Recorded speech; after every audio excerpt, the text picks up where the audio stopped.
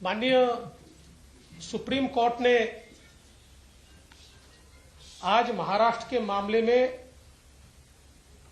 जो डिसीजन दिया है उस पर हम पूर्ण तरीके से संतोष व्यक्त करते हैं और अब किसी को भी ये शंका नहीं होनी चाहिए कि महाराष्ट्र की सरकार पूर्णतः संवैधानिक है, पूर्णतः लीगल है और ये पूरे संवैधानिक ताकत के साथ यहां पर कार्य कर रही है।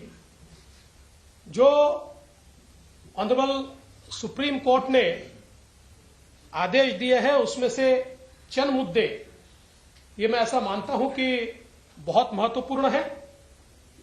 पहला मुद्दा, सुप्रीम कोर्ट ने यह कहा कि स्टेटस को एंटे नहीं किया जा सकता। उद्धव ठाकरे इन्हें वापस मुख्यमंत्री नहीं बनाया जा सकता।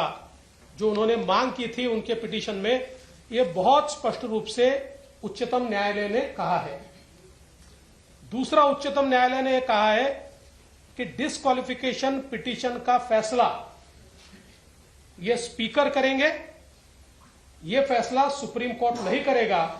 और उस पर बहुत स्पष्टता से सुप्रीम कोर्ट ने कहा है, there are no extraordinary circumstances in the instant case that warrant the exercise of jurisdiction by this court to adjudicate disqualification petition. There are no extraordinary circumstances ऐसा कहा है, the speaker must decide disqualification petition. ये सीधे सीधे speaker को अधिकार दिया गया है। उसके साथ साथ जो विधायक जिनके खिलाफ डिस्क्वालिफिकेशन की पिटीशन दाखिल की गई है, उनके right to participate in the assembly या उनके कोई भी संवैधानिक अधिकार या उनका जो अधिकार है एक जनप्रतिनिधि के रूप में, यह सारा का सारा कंटिन्यू होगा।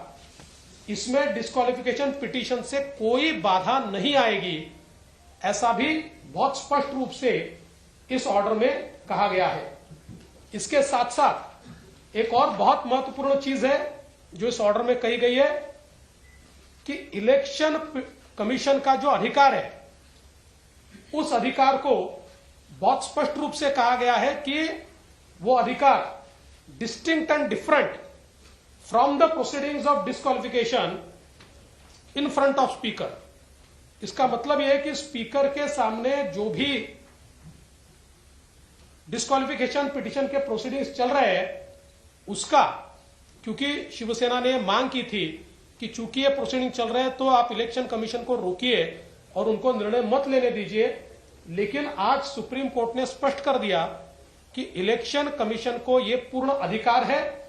तो एक प्रकार से इलेक्शन कमीशन ने जो निर्णय श्री शिंदे जी के नेतृत्व में शिवसेना और सिंबॉल का किया है उसमें कोई बाधा नहीं है और वो पूरा अधिकार इलेक्शन कमीशन का है, ये स्पष्ट रूप से इसमें कहा है। इसके साथ साथ उन्होंने आगे ये भी कहा है, मैं इसको पढ़कर दिखाता हूं कि the speaker and the ECI are empowered to concurrently adjudicate on the petitions before them under the 10th schedule and under paragraph 15 of the symbols order respectively. While adjudicating petitions under paragraph 15 of the symbols order, the ECI may apply a test that is best suited to the fact and circumstances of the case before it. इसका मतलब ये दोनों को बिल्कुल अलग कर दिया है।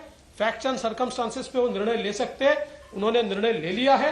अंतिम निर्णय जो भी वो लेंगे वो आपके सामने है। इसलिए मुझे ऐसा लगता है कि इस बारे में भी किसी के मन में अब कोई शंका नहीं होनी चाहिए। इसके साथ साथ स्पीकर को भी यह अधिकार दिया गया है कि 10th शेड्यूल के मायने रखते हुए पॉलिटिकल पार्टी कौन सी है इसका प्राइमा फेसी डिसीजन स्पीकर करेंगे।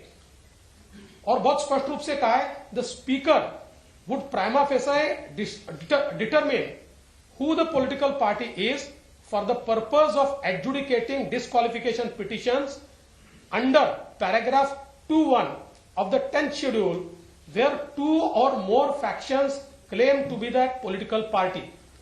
तो स्पीकर साहब को भी अब यह अधिकार है कि दो गुटों में से पॉलिटिकल पार्टी ये कौन सी है, ये स्पीकर साहब प्राइमा फेसी पहले वो डिसाइड करेंगे, उसके बाद फिर ये डिस्क्वालिफिकेशन पिटीशंस के ऊपर आगे में डिसीजन होगा।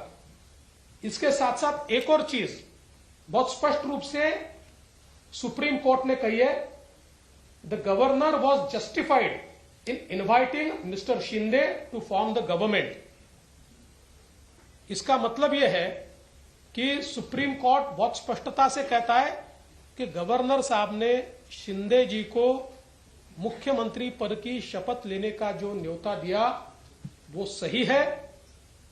इसका ही मतलब यह होता है कि शिंदे जी के नेतृत्व में जो सरकार तैयार हुई है वो लेजिटिमेट है, वो कॉन्स्टिट्यूशनल है, और इसलिए हम सुप्रीम कोर्ट का आभार व्यक्त करते हैं। जो लोग ये कहते थे कि ये सरकार संवैधानिक नहीं है, उनको इसका जवाब मिल गया होगा, बशर्ते वो अगर सुप्रीम कोर्ट को मानते हो तो। क्योंकि कई बार सुप्रीम कोर्ट पर भी वो प्रश्न चिन्ह लगाते हैं, तो अगर देश के संविधान को और सुप्रीम कोर्ट को अगर वो मानते होंगे तो आज उनको इस बात का जवाब पूर्ण तरीके से मिल गया कि श्री एकनाथ शिंदे जी के नेतृत्व की सरकार ही संवैधानिक है, पूरे तरीके से लेजिटिमेट और लीगल सरकार ये है।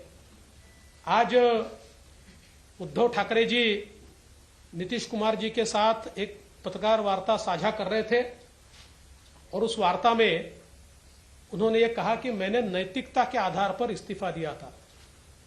नैतिकता की बात करना उद्धव ठाकरे जी को शोभा नहीं देता, क्योंकि मैं उनको सवाल पूछना चाहता हूं कि बीजेपी के साथ चुनकर आए और मुख्यमंत्री की कुर्सी के लिए कांग्रेस एनसीपी के साथ आप गए, उस समय इस नैतिकता को कौन से डिब्बे में आपने बंद किया था, इसका जवाब आप दीजिए। मूल रूप से उद्धव जी आपने नैतिकता के आधार पर इस्तीफा नहीं दिया था, आपने डर के कारण इस्तीफा दिया था, क्योंकि आप जानते थे कि आपके लोग आपको छोड़कर चले गए हैं, आप विश्वास मत प्रस्ताव नहीं जीतेंगे और एक प्रकार से हारने के बाद शर्मसार होना, इसको टालने के लिए आपने इस्तीफा दिया था। इसलिए नैतिकता की बात मत कीजिए। उन्होंने ये भी कहा कि नैतिकता के आधार पर शिंदे जी ने इस्तीफा देना चाहिए। इससे हास्यास्पद क्या हो सकता है कि जिस सरकार को सुप्रीम कोर्ट लीगल, लेजिटिमेट और कॉन्स्टिट्यूशनल ठहराता है, उस सरकार के मुखिया से वो इस्तीफा मांगते। मुझे ऐसा लगता है कि उन्होंने जरूर इस निर्णय का अभ्यास करना चाहिए और उसके बाद इस प्रकार की बात कहनी चाहिए।